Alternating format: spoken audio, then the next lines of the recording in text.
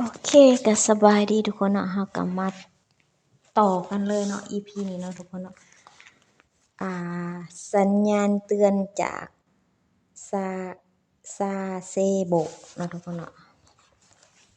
ในหนังสือความลับแห่งจิตใจเนาะทุกคนเนาะเฮามาฟังกันเลยเนาะทุกคนคงต้องย้อนคงต้อ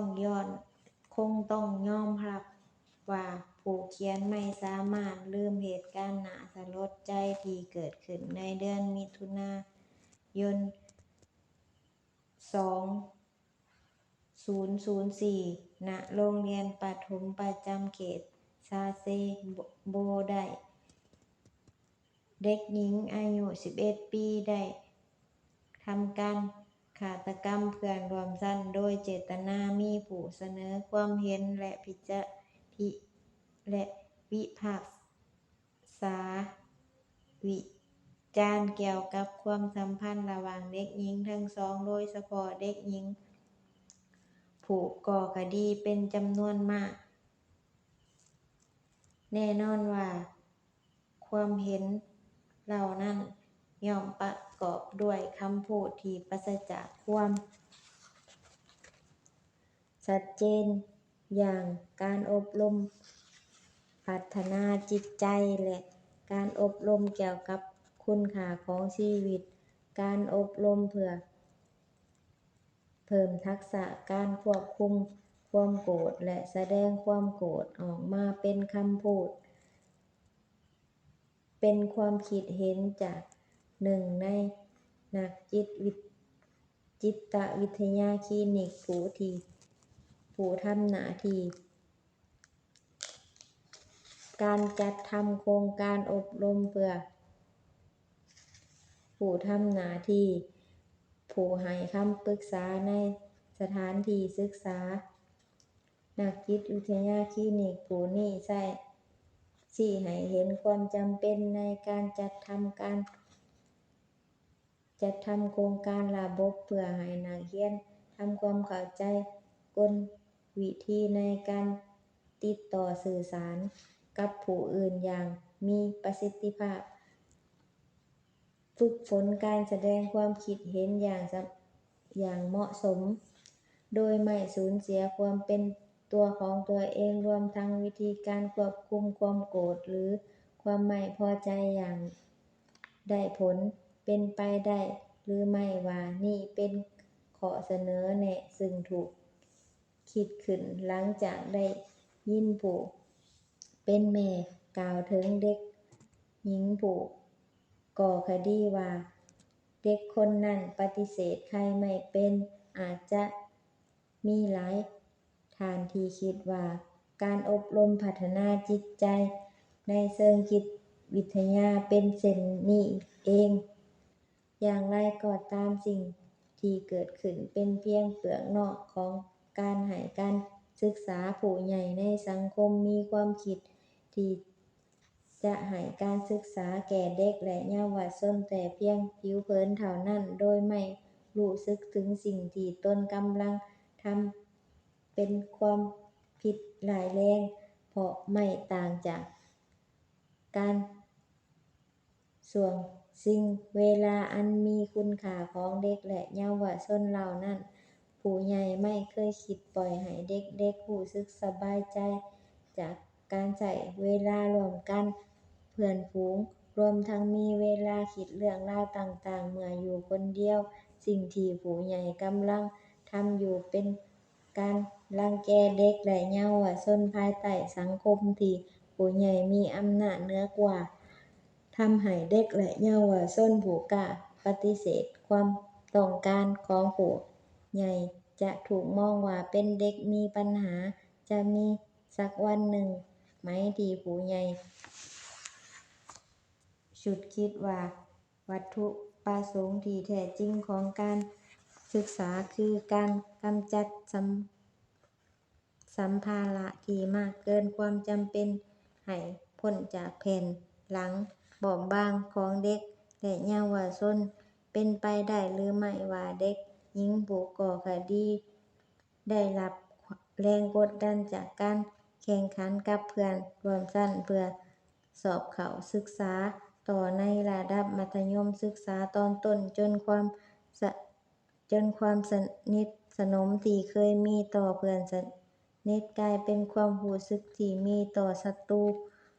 บทความของคิโยชิเงะมัตสึ นักเขียนชื่อดังเป็นรายงานข่าวที่ผู้เขียนรู้สึกว่าน่าเชื่อถือมากที่สุดเนื่องจากมีการกล่าวถึงการถูกดึงให้เข้าไปพัวพันกับสงครามการสอบแข่งขันเพื่อเข้าศึกษาต่อในระดับมัธยมศึกษาตอนต้นซึ่งเป็นสิ่งที่ไม่เคยเกิดขึ้นมาก่อนในพื้นที่แถบนั้นแม้การสอบแข่งขันเข้าศึกษาต่อในโรงเรียนมัธยมศึกษาตอนต้นของเอกชนจะเป็นที่คุ้นเคยกันดีสำหรับผู้ที่อาศัยอยู่ในเมืองใหญ่แต่สำหรับนักเรียนพ่อแม่ผู้ปกครองรวมทั้งอาจารย์ที่อาศัยอยู่ในพื้นที่ห่างไกลจากเมืองหลวงอย่างเขตซาเซโบะการสอบแข่งขันเป็นสิ่งที่พวกเขาไม่คุ้นเคยมาก่อนสาเหตุที่ทำให้สงครามการสอบแข่งขันเพื่อเข้าศึกษาต่อในระดับมัธยมศึกษาตอนต้นเกิดขึ้นอย่างกระทันหันในเมืองแห่งนี้คือการสร้างโรงเรียนมัธยมศึกษาในสังกัดของรัฐบาลที่สามารถเข้าศึกษาได้ตั้งแต่ระดับมัธยมศึกษาตอนต้นแต่ต่อเนื่องไปจนถึงระดับมัธยมศึกษาตอนปลายในจังหวัดต่างๆทั่วประเทศไม่เว้นแต่เขตเล็กๆอย่างซาเซโบะโรงเรียนมัธยมศึกษาแบบต่อเนื่องถูกสร้างขึ้นเพื่อเป็นส่วนหนึ่งของโรงเรียนซาเซโบะคิตะโรงเรียนมัธยมศึกษาตอนปลายที่มีชื่อเสียงที่สุดในเขตซาเซโบะส่งผลให้สงครามการสอบแข่งขันเพื่อเข้าศึกษาต่อในระดับมัธยมศึกษาตอนปลายที่เคยเป็นภาระของนักเรียนระดับมัธยมศึกษาตอนต้นกลับกลายเป็นภาระของนักเรียนระดับประถมศึกษาไปโดยปริยายในเดือนมกราคมปีค.ศ. 2004เป็นครั้งแรกที่มีการจัดสอบแข่งขันเพื่อเข้าศึกษาต่อในโรงเรียนระดับมัธยมศึกษาตอนต้นในสังกัดของรัฐบาลอัตราการแข่งขันของนักเรียนหญิงในระดับสูงถึง 7.11 เท่าส่งผลให้นักเรียนระดับประถมศึกษาของบางโรงเรียนสอบเข้าศึกษาต่อในโรงเรียนแห่งนี้ได้เพียง2 คนทั้งที่นักเรียนจำนวนมากถึง2 ใน 3 เขตของห้องเข้าร่วมการสอบแข่งขันดังกล่าวเด็กหญิงผู้ก่อคดีเป็นนักเรียนรุ่นที่2ซึ่งต้องเข้าร่วมการสอบแข่งขันนอกจากเธอจะไม่ได้เป็นนักเรียนที่มีผล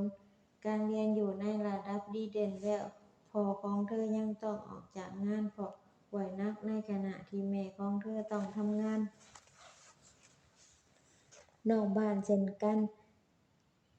ทั้งพ่อและแม่ของเธอจึงต้องการลูกสาวเข้าศึกษาต่อในโรงเรียนระดับมัธยมศึกษาตอนต้นของรัฐบาลเพื่อประหยัดค่าใช้จ่ายด้านการศึกษาโดยไม่ได้คำนึงถึงความต้องการของเด็กหญิงแต่อย่างใดทั้งที่รักการเล่นมินิบาสเกตบอลเป็นชีวิตจิตใจแต่กลับถูกพ่อแม่บังคับให้ลาออกจาก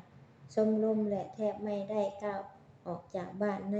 ช่วงปิดเทอมแต่แทนที่จะตั้งใจอ่านหนังสือ ตามความต้องการของพ่อแม่ เด็กหญิงกับหมกมุ่นอยู่กับการแต่งนิยายเกี่ยวกับการฆาตกรรมเพื่อนร่วมชั้น นายชิเงมัตสึให้ความเห็นเกี่ยวกับสิ่งที่เกิดขึ้นว่าน่าจะมีนักเรียนระดับประถมศึกษาปีที่ 6 จำนวนไม่น้อยที่เอาแต่หมกมุ่นตัวอยู่กับบ้านในช่วงปิดเทอมเพื่อเตรียมตัวเข้าสอบแข่งขันทั้งที่ไม่เคยคาดคิดมาก่อนสิ่งที่อยู่เบื้องหลังคดีนี้คือสภาพปัญหาเดิมๆซึ่งคอยสร้างความกดดันให้กับเด็กและเยาวชนซ้ำแล้วซ้ำเล่าการพยายามทำให้ปัญหาที่เกิดขึ้นมีที่มาจากสภาพภายในจิตใจของแต่ละบุคคลรวมทั้งการโยนความผิดให้กับพ่อแม่ไม่สามารถนำไปสู่สาเหตุที่แท้จริงของปัญหาผลที่เกิดขึ้นจากการโยนความผิดให้สมาชิกครอบครัวเพื่อจัดการความกังวลให้กับผู้ใหญ่ในสังคมมีเพียงวงจรอุบาทที่สร้างความแตกแยกให้กับสมาชิกในครอบครัวเท่านั้นนับเป็นความผิดอันใหญ่หลวงของผู้ใหญ่ในสังคมซึ่งเอาแต่พูดถึงสิ่งไร้ประโยชน์อย่างการอบรมพัฒนาจิตใจและการอบรมเกี่ยวกับคุณค่าของชีวิตโดยไม่เคยใส่ใจต่อปัญหาสงครามการสอบแข่งขันของนักเรียนระดับประถมศึกษาอันมีสาเหตุเนื่องมาจากการเพิ่มจำนวนอย่างรวดเร็วของโรงเรียนระดับมัธยมศึกษาแบบต่อเนื่องสำหรับนักเรียนดีเด่นในสังกัดของรัฐบาลแต่อย่างใดเป็นจังใดเนาะทุกคนเนาะนี่ก็จบไปเนาะ2 หน้ากว่าเนาะ2 หน้าเนาะทุกคนเนาะสัญญาณเตือนจากซาเซโบะเนาะทุกคนเนาะก็จบไปเลยเนาะทุกคนเนาะจึงได้ก็ตามเนาะฝากกดไลค์กด Subscribe กดติดตามให้เด้อเนาะถ้ามีสิ่งใดผิดพลาดประการใดก็คอมเมนต์ที่ใต้คลิปนี้มาตำหนิติชมกันได้เนาะโอเคเนาะ EP หน้าเราสิมาอ่านมุ่งหน้าสู่การเรียนรู้จากความเป็นจริงโอเคเนาะทุกคนเนาะ EP นี้ก็ตัดไปก่อนเนาะทุกคนเนาะก็ขอขอบใจหลายๆที่ฟังคลิปนี้จนจบเนาะสบายดี